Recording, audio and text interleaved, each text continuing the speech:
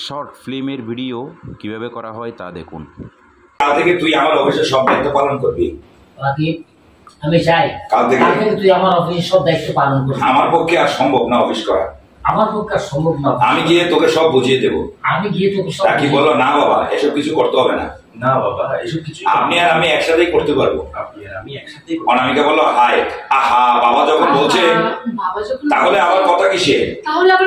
ওনার বয়স হয়েছে, এবার ওনার রেস্টের দরকার।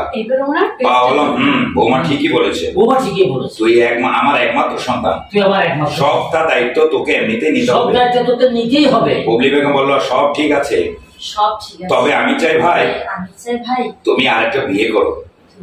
বলছি এমন চিন্তা ভাবনা আমি নিতেই পারি না। এমন চিন্তা ভাবনা আমি তো নিতেই। আমার স্ত্রী মারা গেছে তো কি হয়েছে? আমার স্ত্রী মারা গেছে তো কি হয়েছে? স্ত্রীর সবচেয়ে বড় উপহার আমার ছেলে রাকিব তো আছে। সবচেয়ে বড় উপহার আমার ছেলে রাকিব তো আছে। ওকে নিয়ে আমার কেটে যাবে। ওকে নিয়ে আমার কেটে। রাকিব কান্না করে বললো বাবা তোমার মতো যদি সব বাবারা হতো।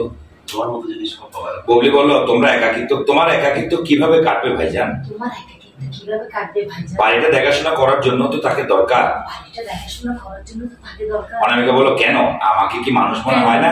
আমাকে কি মানুষ মনে হয়? আমি সব গুছিয়ে নেব। আমি সব গুছিয়ে নেব। কাট শোনো, তোমার একাকিত্ব কিভাবে বাড়িটা দেখাশোনা করার জন্য তো তাকে দরকার। দেখাশোনা করার জন্য তাকে দরকার। কেন আমাকে কি মানুষ মনে হয় না? কেন আমাকে কি মানুষ মনে হয়? আমি সব গুছিয়ে নেব। আমি সব গুছিয়ে। আপনার এই নিয়ে মাথা ঘামাতে হবে না। আপনার এটা মাথা ঘামাতে হবে না। কিরে অনামিকা, তুমি এভাবে কথা বলছো কেন? এভাবে কথা বলছো কেন? ভুলে যেও না উনি আমার ফুফি। ভুলে যেও না উনি আমার। যাও ভিতরে যাও। যাও ভিতরে যাও। অনামিকা রাগ করে ভিতরে চলে গেল। আপনি কিছু মনে কাজ করে সেখান থেকে চলে যায়। বাবা তুমি কিছু মনে করো না। আচ্ছা আমি একটু ভেতর থেকে আসি। যাও যাও।